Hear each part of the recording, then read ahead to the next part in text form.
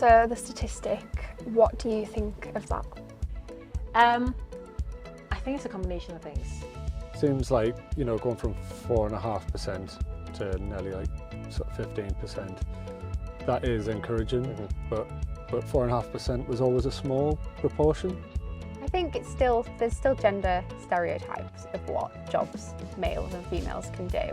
Talking to my mum and looking at how I grew up and looking at how my junior sisters have grown up, there's definitely a shift in how they look at life.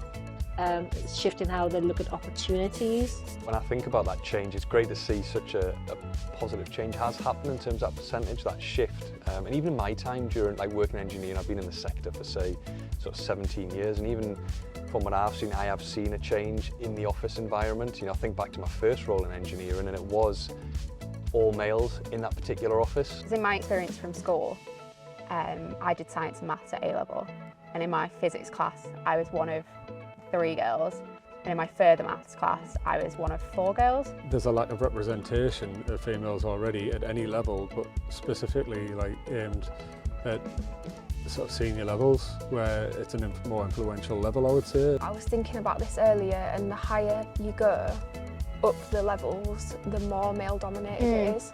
Part of solving this or improving the percentage of females within industry has to happen at that very early stage. Yeah. Those formulative years really, when you are starting to decide how you do things or what route you might go down or something like that. I think in the last few years, there's been lots of initiatives, haven't there, in schools to get younger girls into those sort of STEM subjects, and I think that's really pushed, I think, that rise, because people will have got involved and they've been confident that if they are good at maths, if they are good at physics, they can go forward and do something in engineering. They don't have to be scared that that's a very male-dominated environment. But then, like you say, there's not that many role models out there at the moment. It's still quite limited at that senior level with the women in those positions, and I think there is still that kind of, well, I know that I'm being told at school that I should be doing this, but where's my role model? Who am I looking up to? So I think sort of some of the change, you know, over time will happen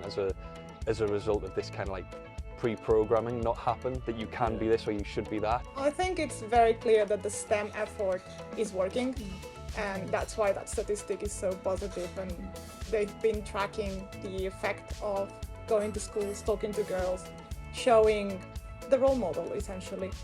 And I'm sure social media is going to help a lot in that effort. So if we need to make this into a TikTok and do a little dance, so be it. Because I get lots of requests as a STEM ambassador to go to schools, girls' schools specifically, and they say, could you send a woman so girls see someone they could aspire to be? So that makes me think that as an engineer from the inside of the industry, I may not be so aware of us being a minority all the time. So I think the perception perhaps on the outside hasn't changed as fast as inside. People like your daughter they won't even think twice about whether they should be an engineer or not. But that's sort of, like we say, 10 to 20 years away where that might be happening. And really, if we don't sort of have interventions now and have women in positions of those influence, then it's not going to happen. If we wait for another 10 years, then it'll be the next generation after that. Progress, yes. Exceptional progress, debatable.